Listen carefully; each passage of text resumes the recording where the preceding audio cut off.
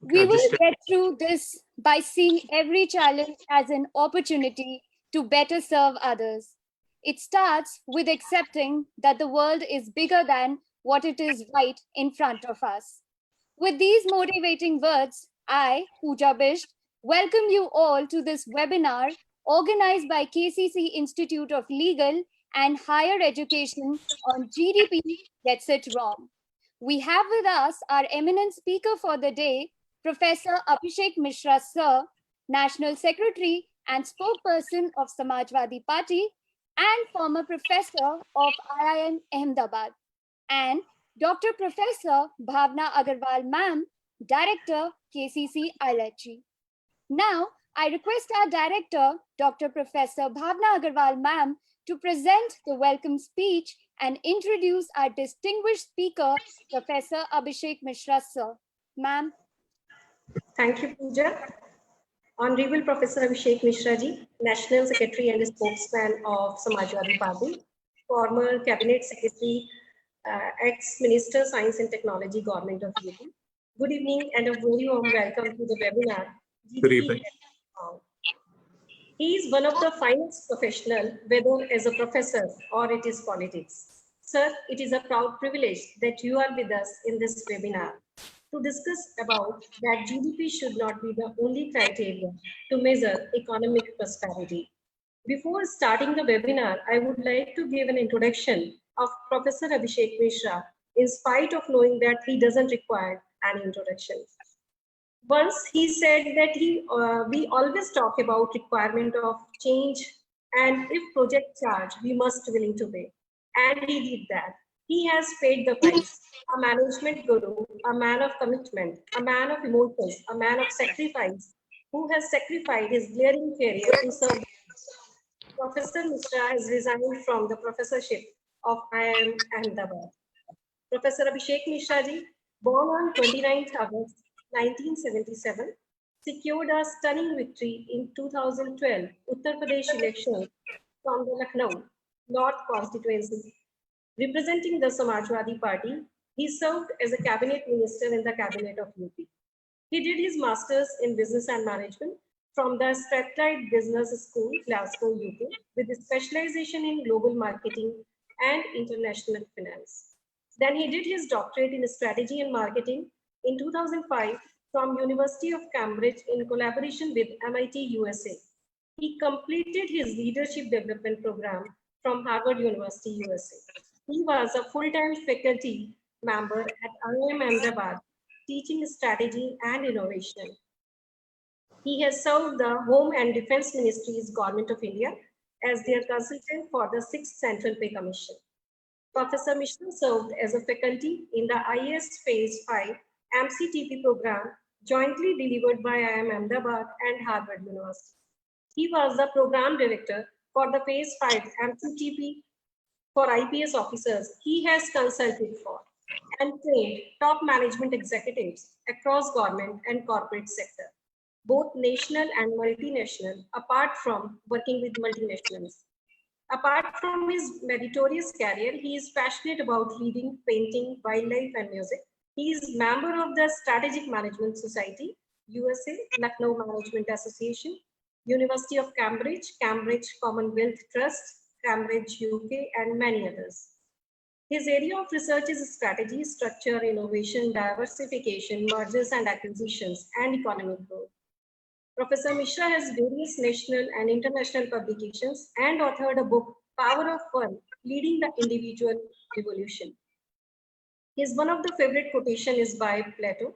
One of the penalties for refusing to participate in politics is that you end up by being governed by your inferiors. He has written a book on English poetry published by Bloomsbury, The Uncommon Life. His philosophy is that you should play the games by the rules unless you are big enough to change the rules.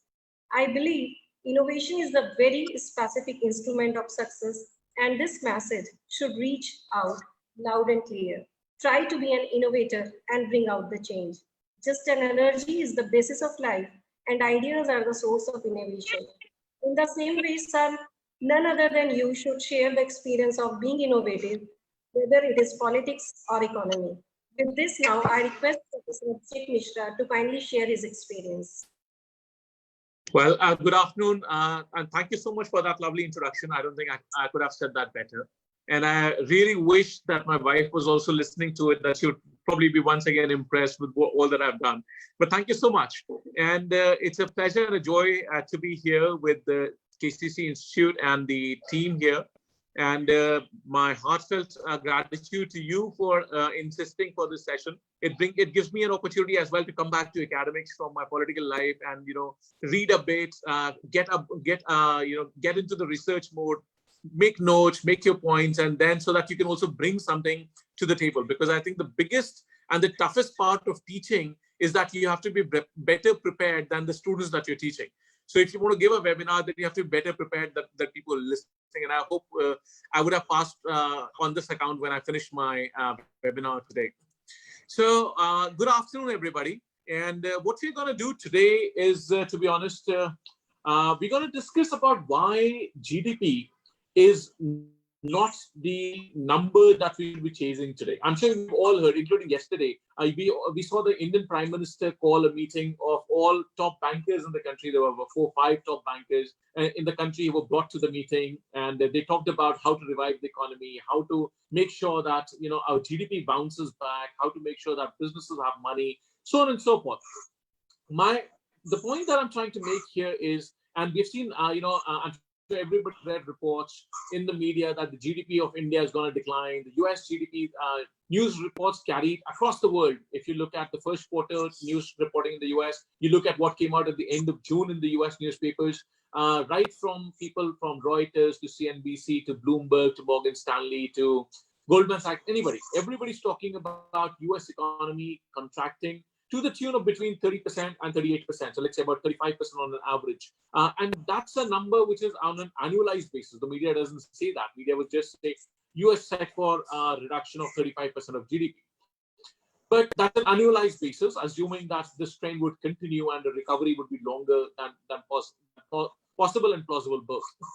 So that is something, what I would like to focus upon and say that, look, yes, GDP is a relevant measure. It's an important measure, but it is not the only thing that we should be looking at. And maybe pandemic is a time, the pandemic economy, if I can use that word, please allow me that flexibility.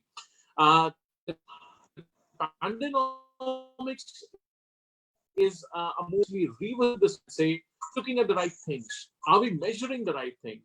Are we doing the right things? Because one of the principles of management is what gets measured gets done. So if you're measuring something, I'm sure people will deliver on that, because smart managers, smart boys and girls, they would respond to incentive structures. So that is something which I would really, really like to focus on today. I would urge my listeners today that we would probably spend, we're starting at about 4:10 by my watch at the moment, 4:08 actually. So let's go on for about 40, 45, 50 minutes at the max. And then I'll be happy to take questions for the next 10 minutes, if at all they do come. And if everybody's asleep by that time, then we could just wish each other goodbye. So I'm going to focus on 5, 6 main questions. 5 broad questions is what I'm going to talk about today. The first, we'll talk about that the world is giving a GDP-focused response today, and why that's not such a good thing to do. Secondly, we will talk about how GDP in itself is not really a measure of with the measurement of GDP. Because many times when you hear something right from your birth, you don't really use your discretion and wisdom to ask the question, a fundamental question, whether that are we looking at the right thing?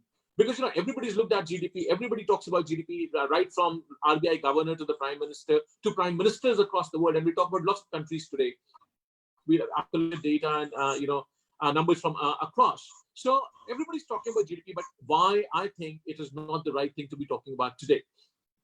Then we could talk about, if not, then where do we go? I mean, we can't say that something is bad. You can flag a problem, but then you have to be part of the solution. So we will also propose something that we think, and it's in the broad economics literature, it's called the New Economic Framework, the NEF. So we talk about what the NEF is and how it's a step up from GDP measurement, and whether that is what we really want to do, country after country after country across the world, or maybe, if that's something that the world would have adopted and adapted to their context, maybe the next 10 years time, and maybe why not, right? Then we also want to talk about, are there still limitations? Suppose we were living with NEF today. Suppose we had forgotten about, or we had moved on and added to the GDP discussion and gone to NEF, the new economic framework, would that serve the purpose of pandemic economy, or what I like to call pandenomics? And then, if not, then what are the measures of pandenomics? And finally, what do we do with that? What does it mean for policy making? What does it mean for chief ministers and prime ministers and governors and also businesses and institutions and doctors and everybody? So how does it all fit together into an economic integrated whole? These are the 5 questions that I would like to talk about today. So let's look at COVID. COVID, we all know, we all are in agreement that it is probably the biggest health crisis the world has seen since the flu that struck the world in 1918. So almost after 100 years, 1918, 1919, was the time when we were struggling with that flu, with what we call the Spanish flu, or the Spanish lady at that time. And I don't like the word lady, so I'm just striking that out. We just call it Spanish flu. And that is, which killed at that time people close to 50, 60 million people. 5 se 6 crore log. That's a big number. That's a very, very big number. So today we are in a biggest health crisis, but at the same time, it is probably also the largest and the most disruptive economic and humanitarian crisis that the world has faced since the Second World War, at least. So if we go back to the World War II, that was probably a huge crisis in terms of humanitarianism, in terms of loss of lives, and also economic disruptions. After that, probably this is the largest such crisis that humanity is facing. And obviously, we are better positioned, far better than we were in 1918 or 20 or even in 1945 or 49. But it is taking a toll. That's a fact of life, and we're all struggling with that. There are lots of economists are talking about whether this would lead to a big disruption, whether this would lead to a big depression, and we're all, keeping our fingers crossed. Governments are trying to take steps to take policy measures to make sure that that doesn't happen. It doesn't go down that road. But what will happen, we'll eventually find out. Another point is, it's a huge shock in terms of the economic system. It is a huge negative shock to the incomes of people, incomes of families, incomes of individuals, incomes of institutions, incomes of businesses.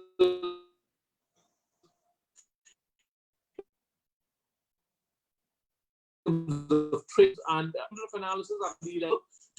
We were talking about GDP. I was speaking at a channel, and I was saying that, look, my assumption and my estimation in terms of GDP and GST collections is this: that Government of India will be unable to pay compensation to states for the GST loss of revenue, which it has promised in the GST Act. So it's an act of Parliament, but I think the Government of India will not have enough money to be able to pay for that. What happens when it comes to that? Because states are budgeted for that. If states are committed to an expenditure, like a family, for example, it has taken an EMI, there's a car on the accounts, there's a house loan running, there's kids studying, there is a fees, there's electricity, so on and so forth, right? There's gym membership. How do we continue to pay for that, right?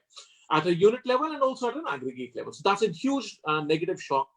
There's a shock to the output. Now, what that means is the global economic value change. They've become increasingly integrated over the last, I would say, 40, 50 years, 60 years. The global economy is becoming smaller and smaller. We all remember Huntington's phrase that, geography is becoming history, which is not true. I think it would never becoming a small every day. Another shock that it has delivered to the system is in terms of employment. Huge shocks. So we saw what the Center for Monitoring of Indian Economy said, that we've lost up to 14 crore jobs in the country. About 2 to 3 crore self-employed people will lose jobs. And if you ask me honestly, I think there's still more pain coming our way. There's still more problems coming to us, especially after August 31st. If the Government of India decides not to extend the moratorium on term loans and EMI payments beyond August 31st, then I think we'll be in for trouble because the economic recovery has not happened. The demand has not been created. The government has not provided sufficient fiscal stimulus. That which, and individuals both, when called upon to pay their term loans, to pay EMIs, and EMIs that have been postponed for the last 4 to 6 months, they will not be in a position to pay. What that means is that there would be increased redundancies. There might be a huge jump in bankruptcies, and there would be a huge jump in NPAs. So the bank's balance sheets. So if you ask me today, I would say if I was meeting the Prime Minister, I'm sure the bankers who met the Prime Minister would have told him very clearly, this is the time to recapitalize banks. This is the time to improve the quality of asset base of our banks. This is the time to raise new capital so that the banks have that capital available, that flexibility, that liquidity available if it comes to lots and lots and lots of businesses turning non-performing assets. And also, the definition of NPAs could be given slight extension. So that's a policy response we can actually expect to see from the government coming in the next month or two, to be honest with you. So that's the broad challenge. That's the broad context where we are operating. That's the challenge we are facing today. Now, how have countries responded? If you look at India, I just give you an example of India. The finance minister talked about it, the prime minister, in broad, vague terms. And forgive me, please, when I say anything today, it is not as a politician that I speak. It is only as an academician that I speak. It's only purely academic analysis. So don't confuse whatever I'm saying. It is not politically biased. It is not politically tinted. It is not a political comment. It is only academic analysis. So don't get me wrong on that side, right? We've seen America, we've seen Canada, we've seen country after country come and talk about GDP problems. So people have talked about micro disruptions. So the microeconomic context, so there are disruptions in the global value chains. There are disruptions in the supply chains. There are disruptions on demand side. There is disruptions in the domestic economy is not working properly. Tax revenue is going down. Exports growth declining. Social upheavals. Increase in number of frustrations, suicides, interpersonal conflict, labor conflict, labor demonstrations. Then businesses, especially MSMEs and even large businesses, lacking capital and lacking access to fresh capital, both. Then the market opportunities are deadlocked because things are not moving, demand is not getting created. Stress for entrepreneurs, bank interests finding it difficult to pay. And then there are broad macro trends. So this is at a local, national economy level. And then the broad macro trends you could interpret at the local, at the national level, or at the global level. It works at both the contexts. Doesn't matter which scale you apply, it works on both those scales. So we could talk about, value of global trade declining if we talk about the global economy, or we could talk about value of exports declining if we talk about the national economy, or regional economy, or domestic economy, or a district economy. Any unit of analysis, this will work. One thing I must tell you here is a good theory, and that's the test of a good theory. That's the definition of a good theory. That's the strength of a good theory. It will always work. It will be most practical. Nothing is as practical as a good theory. That's how theorizing gets done. That's how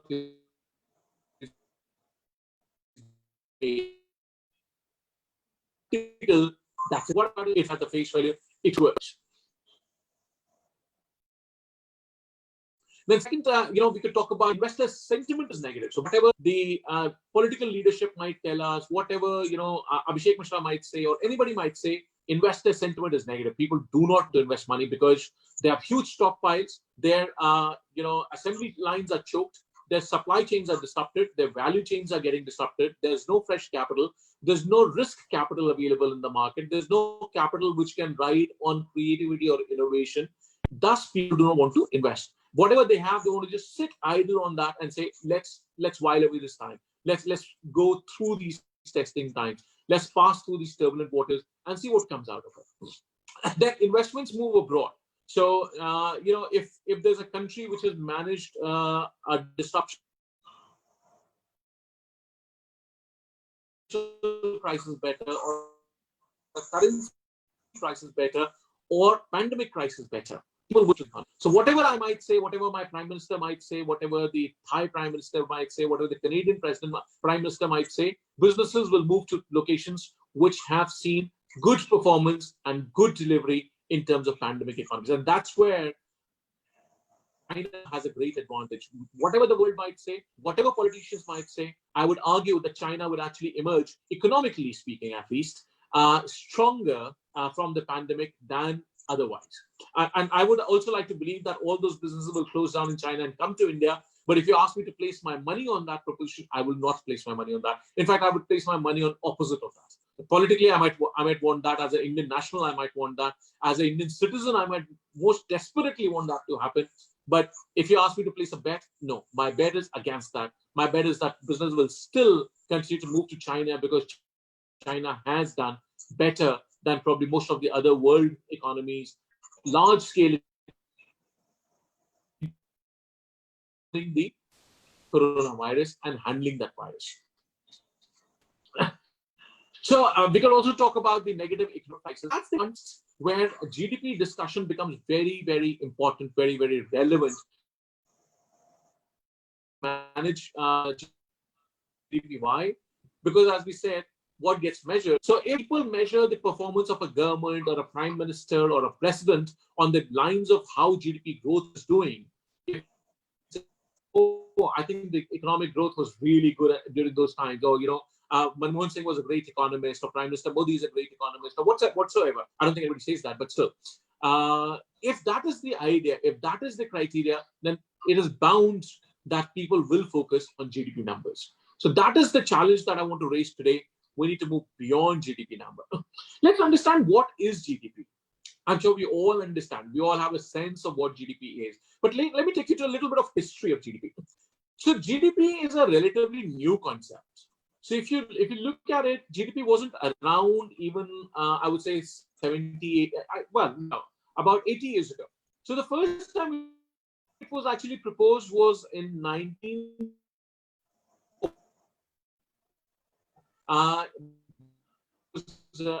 Nobel Prize winning economist at that named Simon Kuznets.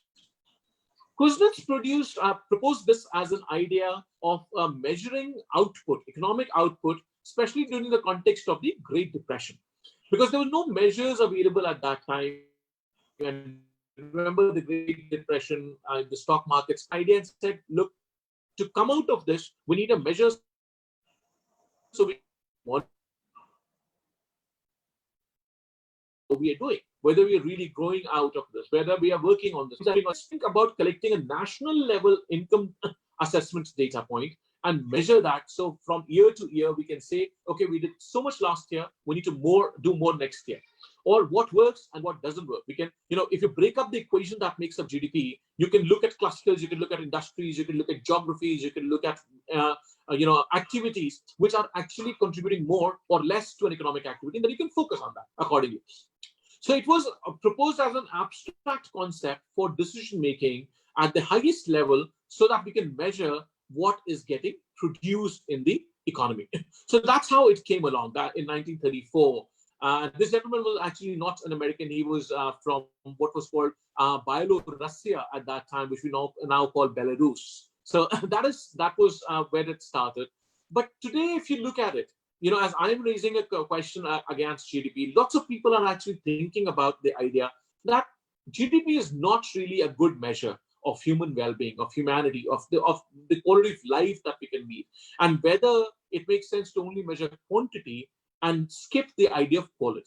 Now, that's the challenge that the world is facing today. And no nation has really made a decision on that. People are still working with GDP, but people are thinking about these issues now. So then GDP is a gross number. So anything that gets produced. So for example, T-Series is selling music, Airtel is selling broadband connections, Jio is selling SIM cards, Nokia is selling phones, iPhone is selling phones, and somebody is selling burglar alarms, somebody's selling. So all of that put together in a basket, spent in a year, whatever gets produced, whatever consumed in a year's time, 365 days, that gets counted, and that's called a GDP. Now, the first problem that I have with GDP is that GDP doesn't make a distinction between the fact that I'm burning petrol in traffic jam. Suppose I'm stuck in a traffic jam for an hour, or if my aeroplane has 50 minutes extra while landing in Delhi because of congestion at the airport, then GDP counts that as a positive factor, because what it's calculating, it is calculating at the end of the year how much petrol was used. It is calculating at the end of the year how much time did people spend in the air, how many flights did airlines carry. For example, there was an oil spill. I'm sure you remember. That was caused by British Petroleum at that time, and BP had to pay a lot of money to clean that up. Now, GDP would count that as a positive input. Why? Because there was a spill, so there was a huge lot of vehicles would have been consumed, lots of jobs, lots of ships would have been deployed to burn the fires out, lots of vacuum been deployed, lots of detergents and chemicals would have been put into the water to ensure that the spill doesn't go out of hand.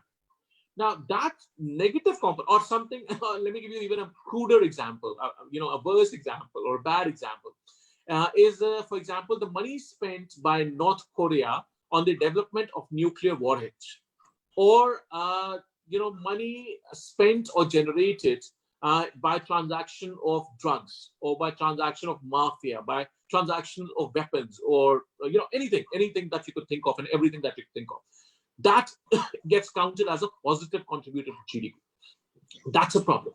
Now, what you want to do, in fact, Kuznets at that time when he was proposing this measure, he had actually said that I want to make these things deductions. I want to subtract them from the total. Whatever are the negatives for the human well-being, whatever are the externalities that cause a negative impact on the quality of life, on the well-being of humans, should be detracted.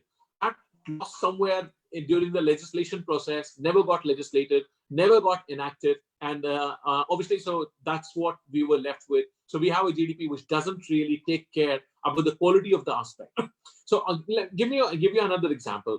Problem with GDP. So GDP is good at measuring quantity, but not quality. So if your airlines has a good security record, and God forbid it ever crashes, but if it doesn't crash, then for GDP calculations, not really a very good thing to happen, because GDP would like more planes to crash. If GDP was a human being, he would like more, or she would like more planes to crash, because then there's an opportunity to build more planes. So there'll be more extraction of aluminium, iron ore, plastics, leather, rubber, and everything that you can think of that goes into a plane. And then if many planes crash, then many planes will get made, and that's a GDP additional number. Because it's only 365 days, remember. So if a plane was sold 3 years ago, it doesn't really add much to the GDP today. Only if there is a new demand, either the new demand because of increase in traffic, or there's a demand for replacement for whatever reason, God willing, that gets counted into GDP. So GDP would like more planes to crash, but I and you would never, ever like to have even a single plane crash, right? So that's the conflict in the idea of measurement and in the idea of well-being and what should really get measured.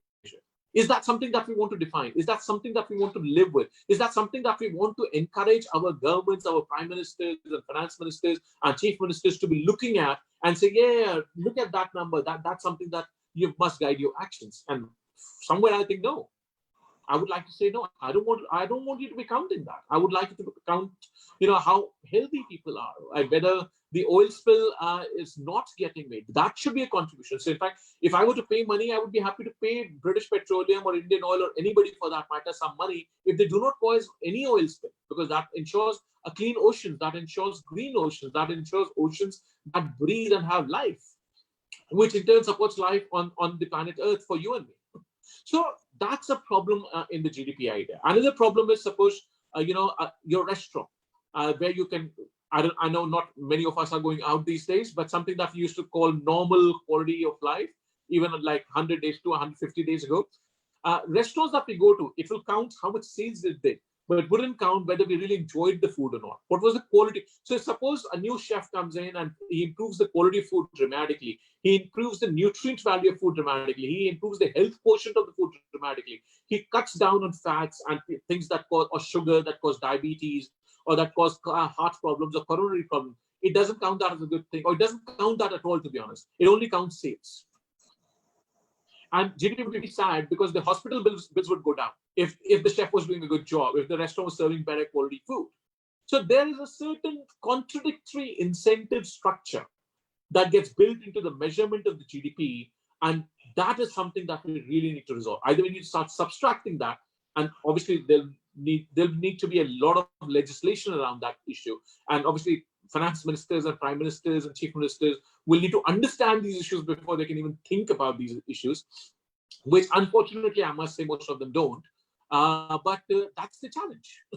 That's where young boys and girls and faculty members and people listening to me today really matter, because you would be the ones who would be pushing this agenda. That's why I picked up this agenda and I said, let's talk about this agenda, because it's a subject close to my heart. I would like to see those changes implemented. I don't know when I would be in that position, but I'm sure one of you could be in that position tomorrow. So, or, you could write an article that somebody reads, or you could do a webinar somewhere that somebody reads, or you could do, maybe you can work for somebody who would, whom you would convince that, sir, maybe we need to work on these lines, or ma'am, this is what we need to do.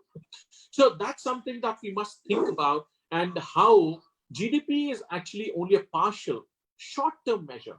Whereas today, I think the world needs a more wide-ranging and a more responsible instrument to inform the way we build the economies of today and the nation economies of tomorrow. That's something very, very important I would like to say. Again, environmental standards. Now we need to really, really build in environmental standards in our GDP definitions. Lots of countries today, and including India, we're making this mistake of importing a lot of trash, literally trash. It is literally trash. Shiploads of trash that gets tagged in different parts of the world and gets sent to countries like India and many others, which where our labor then disentangles that trash, takes out precious metals out of this, and burns away the whole thing. All of that illegal as a process, except for the idea that it is allowed as an import today. So whether we want to do that, we are poisoning our soil, we are poisoning our water, we're poisoning our hands of the people that are working with them, without safety equipment, without protective gear. Now, that's something which should not be counting as an addition to GDP, because that gets counted. That gets counted as revenue in the trash handling or the waste handling companies that have mushroomed across the country, especially around the ports, around the seaports. So that's something which is problematic. Industries which are extremely polluting in terms of groundwater or river systems. Now, they get counted as a positive contribution to GDP. They get counted as a positive contribution to the government revenue system, because they all pay taxes. And that's the problem. Government wants taxes because it wants to build roads and fund hospitals and education and so on and so forth. Whether it's good at doing that or not, that's a separate question. We can have a debate on that as well someday, not today. But it gets counted as a positivity. Whereas I would argue that it should be counted as a negative input. We must take away from whatever we're producing. That is a loss of sustainability. That is a loss of life. That is a loss to climate, recreation, regeneration, redevelopment. So that's something which affects our well-being negatively. And that must be counted negative. Now, that's a problem with GDP. So another thing is, GDP belongs to the manufacturing age. That's where it was constituted. So it doesn't measure the service industry very well, especially the quality of service idea, which is what gets you repeat business with for a country, for an economy, for a nation, or for a company. Whatever is your level, your quality will get you. Your quality would get you repeat business. Another thing is, GDP is for GDP. It's very confusing. The internet is very confusing. So if you look at yourself today trying to fly, so you buy your own ticket on a website. You take you take a metro or something to the aeroplane. You check yourself in. You're not carrying hand baggage. You're not really buying anything there, or you take something, a sandwich, and you walk away with that. And you board the plane and you land there. Now, what GDP feels is that it's actually losing out, because you're not approaching a travel agent. You're not taking a cab. There's nobody to check you in. And otherwise, there was a ticket checker or a ticket collector, or depends on plane or train. And then there's nobody to usher you in. And now you're doing all of that by yourself. Otherwise, there were people who were employed. So GDP counts that as a loss, but I and you might count that as a huge convenience. And also safety and security today in the pandemic economy. Now, when I talk about pandonomics, the GDP doesn't really take care of the idea of security and the safety very strongly inbuilt as a part of the economic equation when it comes to the pandemic economy. So that's a problem with GDP measurement. So again, another big problem with GDP is that it's a measure of the whole. It's a measure or at an aggregate. Even we can talk about GDP per capita, but that's also an average. It doesn't really mean anything. So the idea that is the biggest disaster in that context is the idea of equality, is the idea of fairness. So if you look at the real wages, they have not risen in a country like UK for the last 30 years. If you look at the real wage output in a country like India, they have not really gone beyond 10% rise in the last 35, 40 years. If you look at the amount, the ratio of wage differential between the top executives and the bottom executives, it has risen by almost 14%, 14 times in the last 20 years. So if you look at the ratio of, inequality, there's not a single country in the world today where the rich are not becoming richer, poor are at an increasing rate. Not just they are doing that every year, the change, the so what that means is that I'm an equal place today than it was in 2010, and than it was in 2010 was far more unequal than it was in 2000, and then and so on and so forth. We could trace the history of the corporate world, of the global economies, right from the US to India to China to anywhere in the world. In the last 60, 70 years, the world has become a far, far, far more unequal place. What that does for us, it leads to bias, it leads to crime, it leads to frustrations, it leads to depression, it leads to suicides, it leads to economic unrest, it leads to health crises, it leads to people where 90%, 80% of the people can't really afford a decent hospital. It leads to a situation where people can't afford a decent style of living, they can't afford a decent education. Now that, and some people have so much money that they could actually literally burn it by the hour, and they would still have more than they can afford to burn, than they can burn physically. So that's a problem. GDP doesn't really take care of the idea of equality, of fraternity. You just saw the huge idea of, I'm sure a few years ago, you remember the Arab Spring idea. Many of you, and maybe if you're very young viewers, maybe some of you would not remember, but you remember the Black Lives Matter movement from the US about 2 weeks ago, 3 weeks ago, 4 weeks ago. It lasted for almost 2 weeks, almost 3 weeks actually. Across the world, you would relate very easily with the ideas and notions of bias on the lines of gender, on the lines of race, on the lines of caste in India for that matter. So GDP doesn't take care of these issues, and I think that's problematic. That's seriously problematic for me. But we would like to have a share which is which measures equality and which measures fairness for the people. If you look at the ratios where how much money the owners of the companies take away as dividends versus what gets distributed as payments and salaries, that ratio has been increasing in favor of the shareholders and directors and top management for the last 30, 40, 50 years. So that's a problem with GDP. Another thing is, GDP always feels that the bigger is better, but it's unidirectional. It doesn't know. So it's because it's an income statement and it's retrospective, it's past looking. It measures what has been done till today. So it doesn't know whether we are really going to be in a position for that tomorrow or not. Whether we will be able to measure, whether we will be able to comment, whether we will be able to grow, whether we will be able to sustain, whether we'll be able to prosper at the same rate or not tomorrow. There's absolutely no indication of that in GDP measurement. If I grew 7.5% last year or 4% last year, there's no guarantee that I'll grow 4% again this year. As there's no guarantee that I might grow at all. For example, I think India is definitely heading for a negative growth rate in this financial year at least. So that's another problem. Important problem that I would like to highlight here is GDP only measures cash transactions. Cash doesn't mean like really cash, but monetary transactions, money transactions. It doesn't take care of, for example, the value that gets created in an economy, in a society, in a country, in a community, because of volunteer work or NGO activity, or the phenomenal amount of commitment, hard work, and economic opportunity work that women do in our households. So, for example, if somebody is, taking care of the house apart from working as well, that's a huge opportunity. That's a huge economic cost. If the lady of the house or somebody, I'm sorry, I'm just using that as an example. because that's what happens most of the times in everywhere in the world, unfortunately. If she's contributing to the cooking, to the cleaning, to the feeding, to nurturing, to caring, to teaching, to caring for the age-old people, then it doesn't get counted in GDP. But if the same thing you employ to clean, or to get them to cook, or to get them to take care of the elderly, or get them to nurse for the sick, then that gets counted in the GDP, because that's a monetary transaction. You pay money for an activity somewhere, and it gets billed somewhere, it gets spent somewhere, it gets actualized somewhere, it gets taxed somewhere, at least, if not directly, indirectly.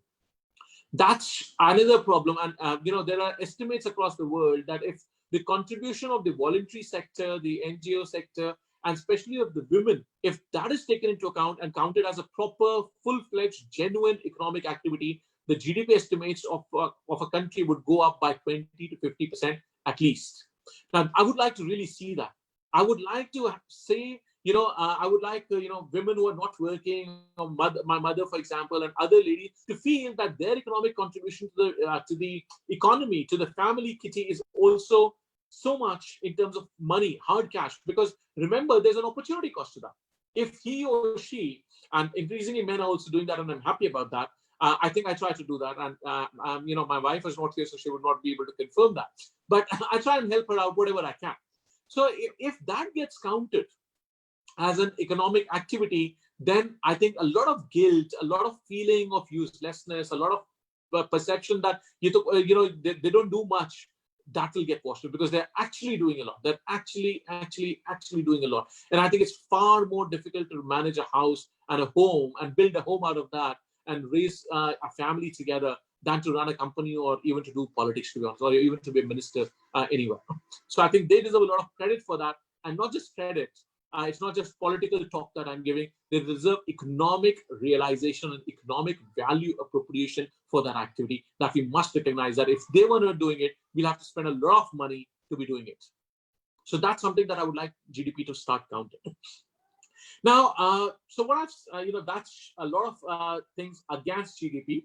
Obviously, because we're talking about negatives of GDP, but not to say that it doesn't count what's relevant. It does. So it counts the production, it counts all of things that we've just discussed. I will not repeat that. So to that extent, am I saying that let's just throw GDP out of the window? No, never. You must never throw the child with the water in the bucket, right? If you're emptying the bucket, make sure you're not throwing the child with that. So we don't want to throw the GDP out of the window. We want to keep GDP, but we want to realize that GDP has value, but limited value. It cannot be a be-all, end-all, take-all, worth-all measure that defines our performance, or that becomes the basis on which we must measure our governments or our economy or our opportunities or the strength of our country, for that matter. It needs to have these inputs as well. Now, that's something which I would really, really like to see. Another thing that we said is what we could do now is to move away from that, is to move away from GDP and add to that. What do you want to add? What is it that we would like to see? If you ask me, I would like to see the measure become what we have discussed already, but also at the same time become counter-cyclical, so it doesn't really it's not very, very sensitive to cycles of the economy. So it is counter-cyclical, it is anti-crisis, it is interventionist, it is active, it is pro-development, and it combines socio-economic policy. So I've given you a couple of points here to play with, right? Counter-cyclical, anti-crisis, interventionist, active, pro-development, socio-economic policy. So about 6 to 7 criteria is what I would like to see reflected. When I talk about socio-economic, it will include fiscal policy. It will include, when I talk about economic, it will include monetary policy. It will also include the housing policy. It will also include the social policy. It will also include the land pricing policy. It will include the health pricing policy, education policy, safety, security, law, and multiple things, right? So it should be a composite measure, is what I'm arguing for that, right? Now, in a crisis in times of pandemics, what is a typical response of governments? Governments tend to do two things in such crises. Firstly, they use the instrumentality of monetary policy. Now, that's the domain of RBI. That's what happens with the supply of money. So you must understand what is monetary policy. Monetary policy is something that deals with the supply of money. how much money is available and in totality, how much liquidity is available in totality in the system that can be given out as loans, that can be given out as payments, that can be given out as advances, that can be given out as disbursements, that can be given out as payments against debts, that can be given out as payment made for services rendered, and so on and so forth. That gets determined by the RBI. So, for example, banks would need to park only 6% of their loan book value versus 8%. If RBI reduces that by 2%, which RBI has done in the last, what we've seen in the run-up in the pandemic, then 2% extra liquidity in the size of the total debt book, which would probably be, a couple of lakh crore rupees, gets free immediately. So RBI, through its monetary policy, released almost 4%, almost 3.9 some percent. Let's count on an average 4% of 4% of GDP in terms of money supply. So RBI, through its policy, increased. And if you look at about 2 lakh crore rupees of an economy that we are today, we were actually at least last year, 4% is about 8 lakh crore rupees would come out from there. Then government instituted lots of other mechanisms for, and that's to go into the discussion of the loan package and stimulus, which I don't think really was a well-done job.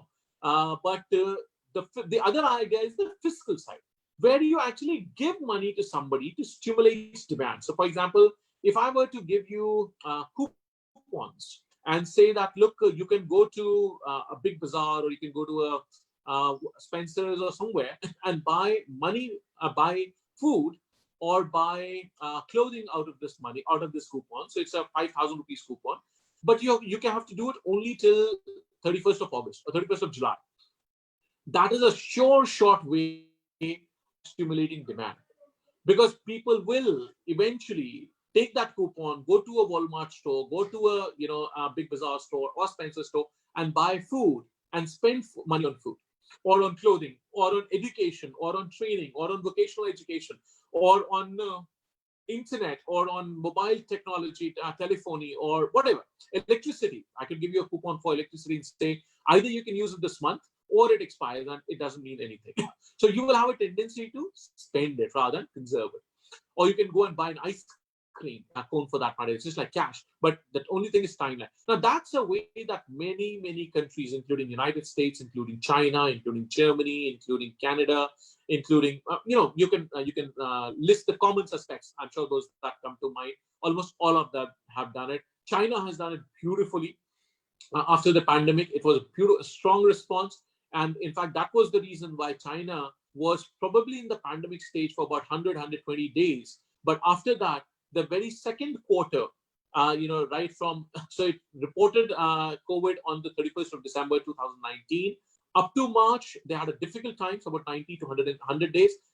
April to June quarter, they were back actually at almost 94 to 95% economic activity level. And I'm sure data will come out very soon, but I will be happy to say that they will register a growth in exports. It will be very, very small, but the data I looked at last was that they would register a growth rate of up to 5% in exports in the second quarter. Now, that's a huge achievement going by the pandemic standards and looking by any other country, to be honest with you, at the moment. I'm not a fan of China. I'm not pro-China, but data, that's what it stands. That's what it means today. Obviously, I'm annoyed at China for what's happening at LAC, but that doesn't take away from the fact that they managed the pandemic economy better than most of the countries that I have looked at, to be honest with you, which is, I've looked at least 100 countries before I decided to speak to you on this topic. So I have data on those. China has done better on most of the accounts as compared to those 100 countries at least. So now what we need to do, if in terms of Indian context, obviously we need to do 2, 3, 4 things together. We cannot just talk about one thing. But some things that we need to do is we need to support internal demand. Now, government really needs to spend. Needs to spend big on infrastructure items, on health, on education, on safety, whatever money we have today in the government. Even if it's money, the government has taken, more than, I would say, about 2 lakh crore rupees of loan from international institutions. they've still not spent any bit. So they're really, we have a lot of other capital sources. We have a huge budget on our own account. Uttar Pradesh as a state presented a budget of 5 lakh 1,000 crore rupees almost. So that needs to do is building our roads as soon as possible, because when the money gets spent, it will start changing. What will economy demand, get people to support them in a bad time, they will go out and spend. Otherwise, even if you give them money, even if the government spends money and puts money in their account, they conserve, because they don't know what the economy is going to do next year or next month or the next day, and they're not sure about a revenue stream. We need to give support for unemployment, which we are not doing at the moment. Now, that's the biggest challenge. God forbid somebody gets unemployed, and we know we almost 15 crore people have got unemployed because of the pandemic. Everything goes for toss, right from school fees payments to food to nourishment to health to electricity connection. Everything becomes a question mark. Will I be able to pay for my electricity next year? Next month? Will I be able to pay fees for my child? Will I be able to fund tuition? Will I be able to pay EMI? Will I be able to pay term loans that I have? Will I be able to pay the house loans that I have? That's something where the government really, really must do something. They've not done anything so far, but I'm hopeful that they should. Even if they don't do, there's nothing that we can do about it. But that's what governments must typically do. And that's what governments are doing across the world, one country after the other. You're free to go and check up, or even as I talk, I'm sure you're free to talk, just do a Google search and you'll find how much physical demand, not monetary policy, but physical policy stimulus is being allocated during pandemic. That's something that the government must be doing. Another thing that we need to do, organize, is to think about, where, what gets measured. So we talked about the new economic framework. So we've discussed a lot. I would just sum up the ideas of new economic measure. So we need to add to the GDP the idea of the quality of jobs. So not that just that people have a job, but do they have a good enough job? Do they have an adequate enough job? Do they have a sure enough job? Do they have a long-lasting enough job? Do they have a job that is commensurate with their education? Do they have a job that is commensurate with their skill sets? And will they, the second question is, will they continue to have that job? So the quality of jobs is the first question that a new measure must incorporate. Second, we've talked about in length is the well-being idea. Third, we've talked about environmental idea and the sustainability idea. Fourth, we talked about fairness idea. And fifth, I think we've talked about is the health idea. So these 5 points, again, I can just repeat them for your sake: jobs, well-being, environment, health and safety, and fairness or equality, whatever word you like, choose your word. But these 5 measures I would like to see getting incorporated into the idea of GDP. Now, another thing, even with these measures, the problem would be that speed is a critical component in pandemic economy. So suppose we are doing the pandemic idea, we will not be able to, with the new economic framework I suggested, even that point will not be fully covered because we will not have speed of implementation. So in there, I think new data sources have come up, which are very, very relevant.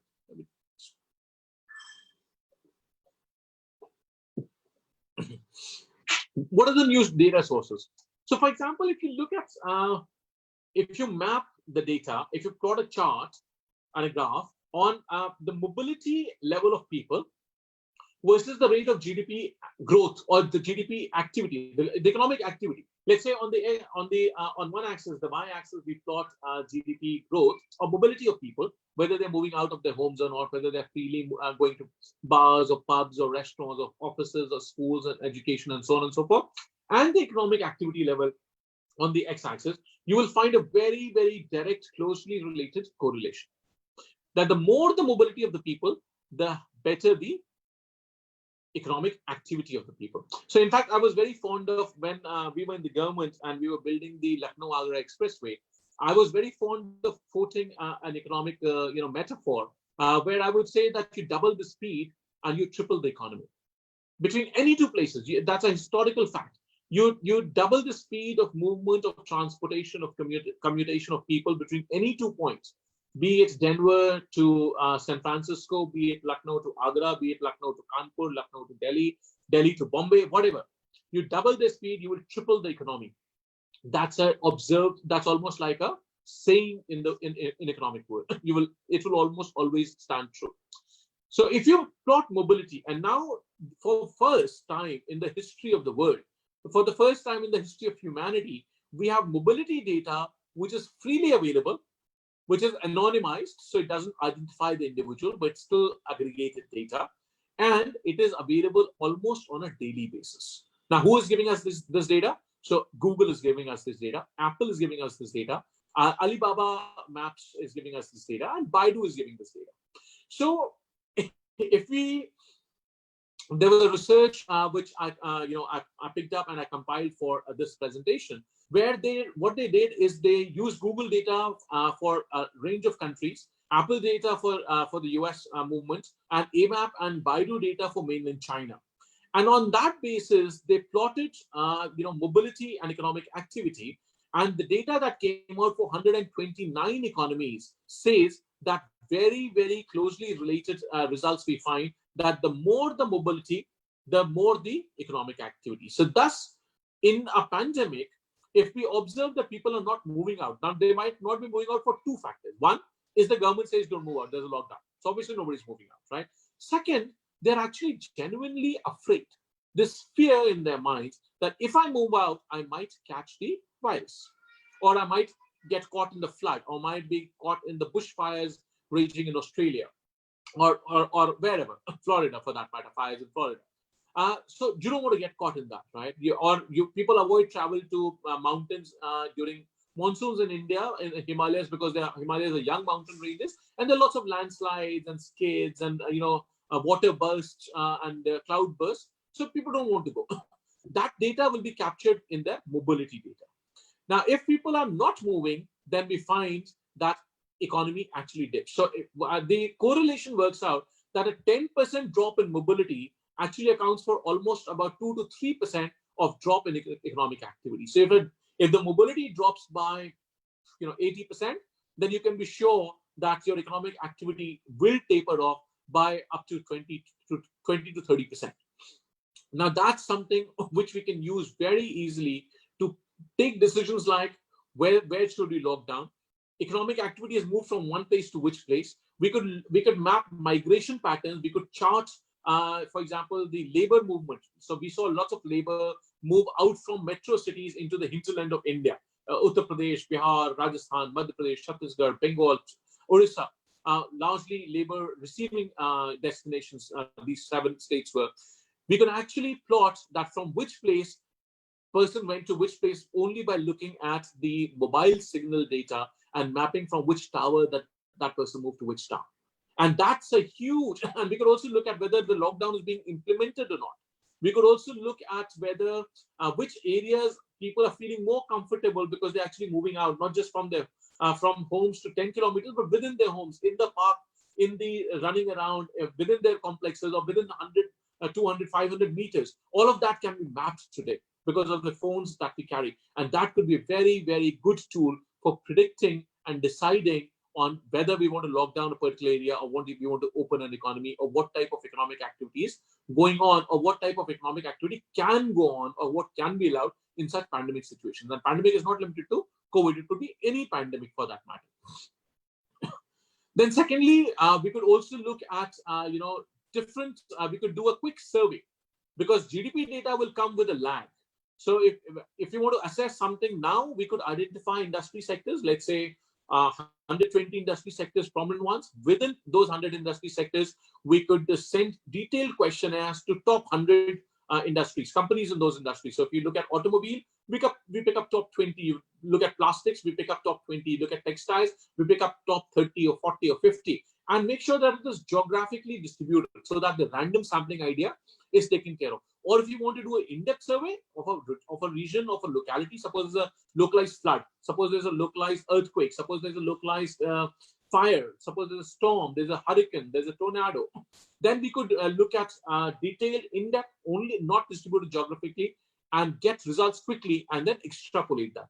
I'm sure many of you would have seen, or if you've not seen, then I invite you to go and have a look McKinsey did that with the COVID, and they actually surveyed 600 companies across clusters to develop a sense of the magnitude of the problem and what people think will be potential responses. So that's something which can work very quickly and can guide policymakers, can guide ministers and chief ministers and prime ministers during pandemics to take decisions. Let me give you an example.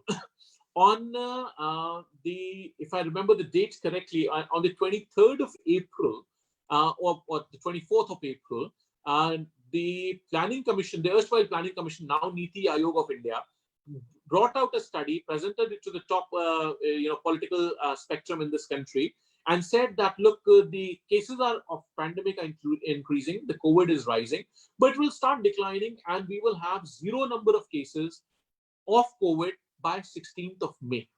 And this was on the 23rd or the 24th of April. When I saw that data, I actually did a regression analysis on data that was emerging from different countries. That what was the doubling time, what was the case fatality rate, what was the deaths per million. And I compiled the data from about 15, 16 countries, and I did a trend analysis, I did a regression analysis, and I did a Facebook Live on the 27th or the 29th of April, which was within a week of Niti Aayog publishing that report. And I said, no, it's not going to happen. And I think it's going to last at least till September. Now, I'm surprised that somebody like Niti Aayog would get that data wrong. What happens is when you're not, that is where I was saying, spread it out geographically. And I don't know what number fudging did they do or where did they get it wrong, but they messed it up big time. Report is available on the net. Feel free to search. Feel free to do a Google search. In fact, on 16th May, the day they said it will be zero, I tweeted that day as well. And even today, we know it's not zero. We know we've already crossed 1.5 million cases now, right? And we're still struggling. In fact, India is the only country which is struggling to come out of Corona after we have had such an extended, strictly enforced lockdown. All other countries went in the lockdown when they had escalated and reached a level. They saw, a trough there, a bottoming out, which lasted for, in a country like Spain or Italy, it lasted for almost 60, 65, 68 days. Some examples even up to 80, 83 days, but nothing has lasted more than that. India is probably the only country where it is just lasting and lasting and lasting and lasting and stretching longer and longer, and we have already decided to unlock. Again, as I said, it's not a political analysis. If I had to say politically, I would say much more than what I've said. So draw your inferences about policy, about decision making. But that's where I would leave that particular point. So measuring and asking people, asking experts. So expert opinion is something which is a very, very important measure in a pandemic situation. Another thing that we could look at a pandemic situation is also, for example, COVID is the case fatality ratios. What is the number of cases versus fatality? Now, obviously, remember, that would depend also on the number of cases that we are doing. So, for example, if Uttar Pradesh is testing very, very small numbers, especially with RT-PCR tests, versus Maharashtra or versus Sweden or versus Norway or versus UAE or versus Afghanistan, or even Sri Lanka is testing more, actually, even Pakistan is testing more, to be honest, then the CFR data will be skewed. So when you're interpreting your results, look at that data and remember that data. Also, another measure could be case fatality or the death rate. Now, when you look at death rate, do not compare death rate for Uttar Pradesh with Madhya Pradesh or with Chhattisgarh, with Chandigarh or with Rajasthan. No, because all states have different population makeups. There is different temperatures. There is different comorbidities. There is different structure of the epidemic there. There's different speed of the epidemic there. There's different R0 rates, the reproduction rates. So please, when you look at data and you comment on data and what happens on everyday TV debates is, people will say, yeah, so many people are dying in Delhi, so many people are dying here. But what they do not remember is the underlying, the denominator of that equation. Please remember that, because that is something which is very, very. So if you were to compare, I would say a very good measure for this pandemic is death per million. And obviously, I'm assuming that we are categorizing deaths in a genuine fashion, in a realistic fashion, in an honest fashion. If we are categorizing it in an honest fashion, then yes, deaths per million is a standardized instrumentality. Tests per million is also a standardized instrumentality that we could use for pandemic economy. In fact, I would invite many of you to go and spend some time at, there's a lovely study on this, if any of you are interested, or if your institute wants to assign it as an assignment or a project work or a team work, whatever. Feel free to think about that. But they, at the Johns Hopkins University, they have a what they call Center for Systems Science and Engineering. Center for Systems Science and Engineering, CSSE, at Johns Hopkins University. They've created a lovely dashboard, and that measures the whole world. If you want any data, that's the starting point. That's a good snapshot. Go and have a look at that. It will take you through various countries, various measures, various instrumentalities. Now that's again an idea of how pandemic economy can be measured and information provided for making decisions. Another thing that we would like to work upon, in terms of pandemic economy, is to also talk about how the world can be integrated better, how we can open up for innovation, how we can open up for creativity, how we can open up for entrepreneurship, how we can support businesses to come into the region or the country or the state or the global economy and start increasing the investments, how we can make sure that we take tangible risk, how maybe government can create an angel investing fund to bring out with innovations during the pandemic economy. Lots of these measures is something that we can do. Lots of these countries have been doing that. You look at how Rwanda has been doing, look at what Brazil versus Mexico have been doing, versus what Egypt, Kenya, and Nigeria have been doing at one end. So there are major differences, but effectively a combination of these policy incentives. For example, Vietnam, Thailand, Philippines. Lots of companies that are actually exiting China are going to Vietnam, Philippines, or Thailand today, though we want them to come to India. Why? Because they're providing a stable economic regime. They're providing policy stability. They're providing incentives and a better trained workforce than what we are able to provide at the moment to them. So this is a broad context in which I would urge people today, my listeners today, to think about GDP. We must not really look at GDP in the sense that it's an absolutist idea. We've talked about how we can enhance the idea of GDP. We've talked about what we can add to the idea of GDP to ensure that we have a better understanding of this idea. And I would urge most of my, all my viewers to spend more time, develop this idea. There's a lot of literature available on that. Starting point could be the World Economic Forum. Davos did a lovely special meet on extending and the world economy beyond GDP. I think it was 2016 or 2017, if I remember correctly. I think 16 is when they did a specialized summit in Davos at the World Economic Forum at that time. I remember I was a minister, I was participating in that. So those ideas generated there as well. So that's something that, I would invite you to think about, develop, work further. Maybe some of you will go and do a PhD at Cambridge or MIT Sloan School or Harvard. I had good fortune to be there, but anywhere in the world, maybe Pennsylvania, Stanford, Yale, Oxford, whatever floats your boat. But I would really invite the young generation today, think beyond this, think beyond economic performance, think beyond measures of money, and think more in terms of holistic well-being, sustainability, happiness, health, safety, equality, fraternity, fairness. I think these are goals that we together must aspire for, and somewhere along the roads we must deliver together. Thank you very much, and that closes my session. I'm happy for questions. Thank you, sir. Sir, with that diversified and comprehensive insight about GDP, along with the detailed facts and figures and examples explained by you, I think it did help us in getting GDP the right way. So let's take a few questions. We have a question from our director, ma'am. Ma'am? Yeah, actually, sir, when I was thinking about this, so I thought that three things which also worked like agriculture, employment, and export. So on these three lines, I would like to ask related to agriculture that we have a huge land and the yield area is more. So how we can increase the yield? That's a very relevant question. In fact, our yields have not really risen in the last 30 years, since the last green revolution we had under Dr. Swaminathan as leadership. The country's yield structures have remained stuck for a very long time. There is a lot of technology available. There's a lot of scientific knowledge available. There's a lot of understanding available. But I think it's the commitment from, one, the government, and secondly, the farmers themselves, and probably thirdly, from the academic institutions, where we really need to make our agricultural colleges, schools, and universities cool once again. We want to make sure that, schools like KCC or, institutions like that, they're also into agriculture. They're pushing young boys and girls and saying, look, this is the most fundamental that it gets. If you don't eat, you don't survive. End of the story. So this is something that we need to be passionate about, and we need to be pushing, because the governments and it's no longer fashionable. Nobody really wants to say, I want to grow up and become a farmer, right? So I think that attitude, that diffidence somewhere is hurting our agricultural sector. So we need to mount another green revolution agenda and bring together the scientific knowledge that exists in the labs and translate it from the lab to the land idea. I think that connectivity is what we have to institutionalize now.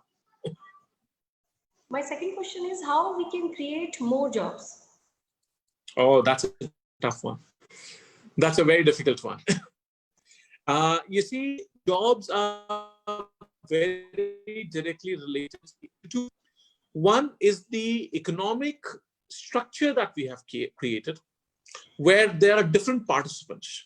There is issues about trade, there are issues about intellectual property, there are issues about manufacturing, there are issues about access, there are issues about affordability, there are issues about opportunity. When will jobs get created? Jobs will get created when the economic activity expands. Economic activity expansion needs demand creation. So if I'm buying 5 phones a year versus 1, then there'll be more jobs if I'm buying 5. Because more economic activity. For that, what we need is, again, work at bringing a huge set of population above poverty line, people who are there pushing them up, up, up, up, up, and up. So we need to push everybody up gradually to a level where they would be able to firstly generate economic rent for themselves and then appropriate value to their jobs. That is when jobs will get created. Are we doing that successfully? No, we are not. Are we doing well at a policy level? No, we are not. But the bottom line for all of this is because affordability is a problem. You see, most of our companies do not make enough value. Again, that will take me to a different subject altogether, which is again a very favorite topic for me. How big is our middle class? So people give you an estimate of big numbers, 20, 30, 40%, 400 million people in middle class, all trash. Definitely not there. I think it's a very, very, very, very small set. Very, very small set. If you ask me, it's such a small number that I don't even want to say that. That number is the only sector which gives some additional surplus to our companies. Other than that, most of our most of our consumers do not add net surplus value to companies' balance sheets. So for example, let me give you a telecom sector example. So we have the world's largest subscribers of broadband, the world's largest subscriber of 4G, 2G, largest SIM card subscribers, largest voice traffic, largest data traffic, largest this traffic, largest that traffic, right? But in terms of our value addition, one of the world's lowest average revenue per user. In fact, if you look at the broadband connectivity, there would probably be almost, I would say, 40 crore households which have either a 4G or a broadband connectivity in the country, right? But out of that, if you look at the subscribers for OTT platforms like Netflix, our numbers are smaller than Singapore. So people want to consume data, people want to have that, but they don't want to pay for that. Now that's the problem. Unless we start, why they don't want to pay for that? Because firstly, probably they don't feel there's due. And secondly, there's not enough disposable value. Once that disposable value is generated in the economy,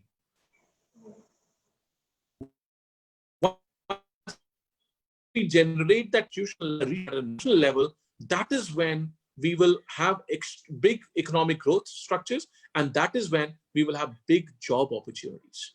And today, I think this linkage, this value chain, this understanding, I think, unfortunately, I must say, 99% of our politicians don't understand that. And it is they who are making those decisions. 99% of our bureaucrats are not trained in that.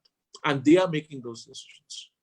So I think that's a challenge. And do you think, if I think whether we'll solve that, I'm very scared.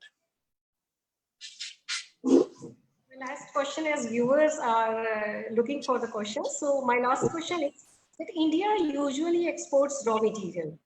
and finally China exports the finished goods. Value So added. how do you look into that? What I think there is a huge gap. We must consider Oh, that. absolutely. Absolutely. That's a huge gap, huge gap. But you see, again, please don't take it as political, what I'm going to say. When you become too inward looking, you see, when the world is integrated, when the globe, you go to any village today, and let me give you an example. When we do our political rallies and you go to the deepest hinterland of Uttar Pradesh, 2 or 3 things are common. Everybody's wearing a denim. Everybody's got a haircut, which is almost very similar to what you would get in Lucknow or Noida or Delhi. And almost everybody has a mobile phone. And almost everybody has a bike or a friend's bike on which 2 or 3 or 4 people even at times can ride that. What does that mean for us? What that means for us is that the demand structures are getting homogenized across the world. And it's the same denim that the workers in the US used to wear during the oil digging or the gold cycle in Florida or in California about 80 years ago, which has now become a fashion wear. When the whole world is getting synchronized, everybody wants an iPhone. Everybody wants to drive at least a Hyundai, if not a Mercedes or whatever, right? At that time, when you tell somebody that no, now we have to start looking local. Now we have to start looking inward. Now we have to do everything on our own. There's nobody who's done everything on your own.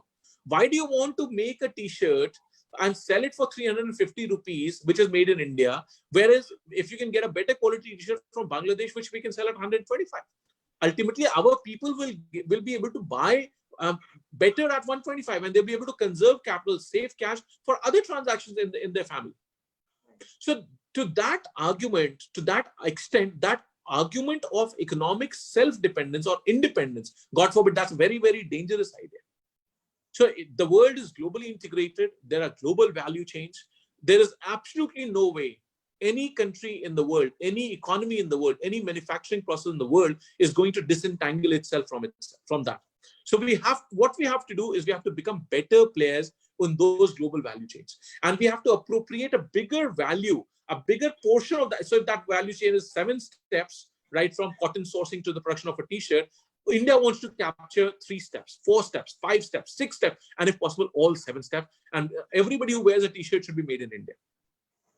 Everybody who runs rubber should be produced in Kerala.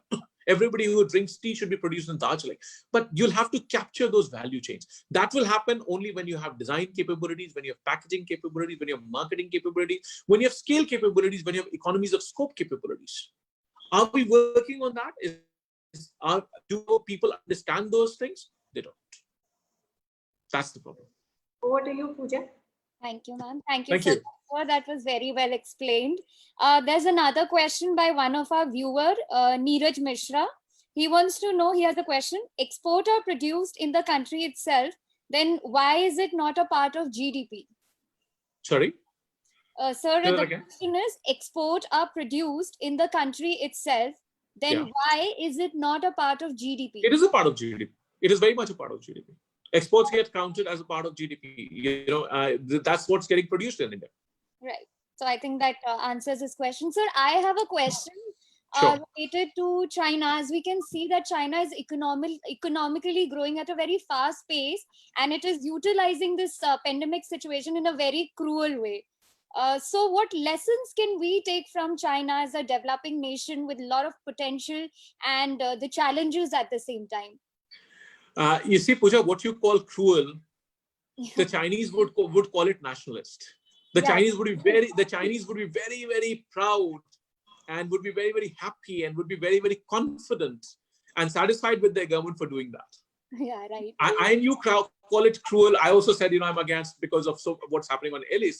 You see, the statecraft and economic regimes have always been, if I can use your word, cruel, right? It is not about being cruel. It is about being ruthless.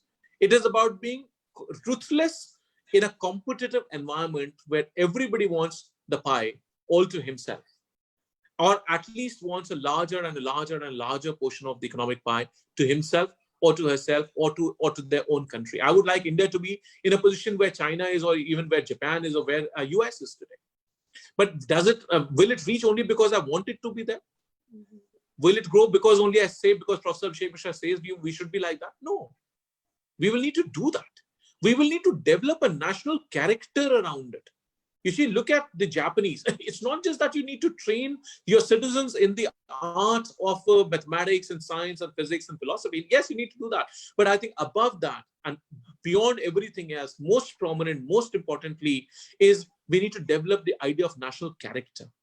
We need to develop integrity. We need to develop in our people a sense of hard work, commitment to excellence. And then you will be a shining example in the world. Less than that, it will not happen. All right. Thank you, sir. Thank you. One more question, sir, that as we can see that there are many initiatives that have been taken by the government, the central and the state government on their ends, so that the employment can be taken care of in this time of pandemic, whether you talk about the Swadesh scheme that was launched and also the Rozgar that portal that was launched. So how much, like to what extent do you feel these are like impactful in doing their role play? I mean, again, it's not politics when I say what I'm going to say. We'll not Right? take that angle. Right. Nothing. Absolutely nothing. And I would be more than happy to be wrong on this front. I would like to believe, for example, what UP government said, that we're going to give 1.25 crore people employment on one day through a portal, and something that they celebrated. But it is my challenge to them. And on record, I can challenge that if they can prove to me that even under just the requirement of Manrega, which is an act of parliament which promises 100 days of job in a year, if those 1.25 crore people that you counted that day, even if they have 100 days of employment, forget 365 days, I would be damn surprised. I would be, the phrase, I would be damned on that. It's not going to happen. It's not working that day. They don't have those resources. They don't have the money. They've not allocated budgets to that extent. Uttar Pradesh government called for a number, even before the pandemic, when they presented the budget on the 16th of February 2020, they called for employment through Manrega for a number for which they did not allocate money. So the money budgeted was less than the amount that would be needed to achieve the target that they had set in the budget document. Forget the pandemic additions. So it's just physically impossible unless they allocate more money, which they have not done so far. So that's why I can say on record, on challenge, it's not going to happen. All right, thank you, sir. So there's a question from one of our viewers, Sunita Singhal. The question is, what kind of incentives are required to assist troubled economic sectors like airline industry and tourism industry?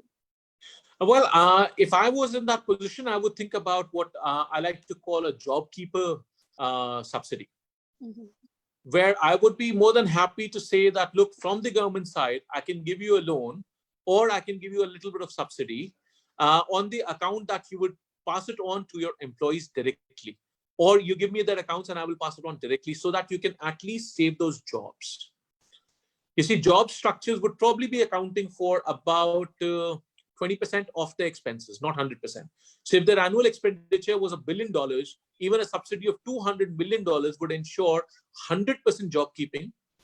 And even if I was to only pay $100 million, that's 50%, I'm sure employees would still be happy to take a 50% cut. Well, not happy, but they would still do better than not having a job by keeping at least 50% of their jobs, of their salaries, and remaining in jobs, and let this pandemic pass through, give them a year's time. And then when the economy reignites, when it restarts, then those people can be brought back. They can be retained and brought back and given a full-time job. And then if it is a loan, you can repay to the government. If it was a grant and a subsidy, that's fine. That's what governments collect taxation for. Ultimately, it's people's money. It's nobody's money in their pocket. Thank you so much, sir. Sir, we'll be mailing you rest of the questions. There are a number of questions that are lined up in the comment section, but because of the shortage of time, we'll be mailing you rest of the questions. So thank you so much, sir. It was Thank you very much. A very interactive and informative session, and I'm extremely grateful to you for your kind presence. It Thank was you. indeed a pleasure to hear you. And on the behalf of all the participants and KCC Ailechi family, I would like to extend a very hearty vote of thanks to you for sharing with us your experience and opinions today. Thank you so much, sir. Thank you very much. I really enjoyed it. Have a good day. Bye-bye. Keep safe. Thank you, sir.